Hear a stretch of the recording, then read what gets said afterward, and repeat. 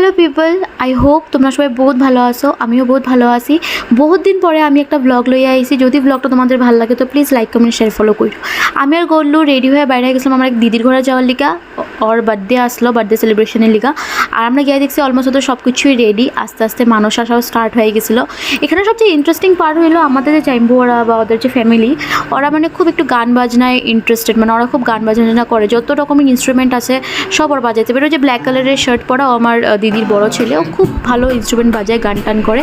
ও একটা ব্যান্ডের সাথেও আছে। এখানে একটু শুনো, আমি অন্য ভিডিওস আমি আপলোড করবো রিলসে, তোমরা প্লিজ দেখো, তোমাদের বহুত ভালো লাগবে।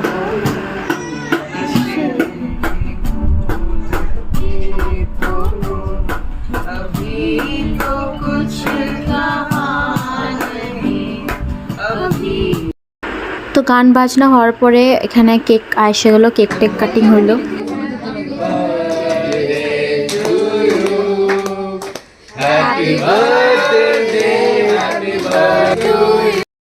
তারপরে আমি আর গডলু আগে গেছিলাম খাওয়ার এখানে, কারণ কি আমাদের আবার খাওয়া দাওয়া করে রিটার্নও করতে লাগতো। তো আমি গডলুগুলো আমরা খাইনি, তারপরে আমরা একটু সময় বয়া তারপরে আমরা যাবো গিয়া।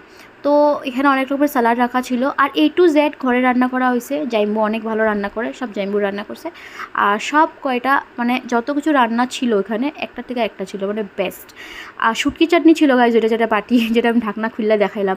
আর শুটকি চাটনি দেখে আমি একটু অবাক হয়েছিলাম, কারণ কি শুটকি চাটনি বার্থডেতে এটা একটু আনএক্সপেক্টেড ছিল। বাট শুটকি ইজ লাভ গাইজ, মানে আমি দেখে খুশি হয়ে গেছি। ইভেন যারা নন বেঙ্গলি ছিল এখানে, ওরাও এটা বহুত ভালো পেয়েছে খায়া। তো স্টার্টারের মধ্যে ছিল হইলো ওই যে ব্রেডের উপরে আই থিঙ্ক ওটা ক্ষীর ছিল দেওয়া, ওইটা ছিল। তারপরে চাউমিন ছিল, দাহিবাল্লা ছিল, তারপরে চিকেন পকোড়া ছিল। A to Z ঘরে বানানো হয়েছে, A to Z, মানে যেটা তোমরা দেখতেছো টেবিলে। আর মেইন কোর্সে ছিল হলো হোয়াইট রাইস, তারপরে বাসন্তী পোলাও, ভাজা একটা, ডাইল, দেন পনির, এগ, প্রনস, চিকেন। আর মিষ্টি ডিজার্টে ছিল হইলো পাটিসাপটা আর আমের চাটনি। এরোর নাম যদি কিছু ভুললা থাকি।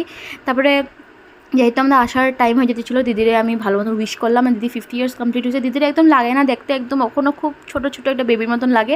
আর আমি দিদির ওইটা করছিলাম, কারণ আমি এরকম থাকি আর তুমি এরকমই থাকো, তুমি আরও অনেক বছর বাঁচো, ভালো থাকো, সুস্থ থাকো। আর আমি আর গরু দিদির একটু উইশ টুইশ করে ভালো মতন বাইরে গেছিলাম।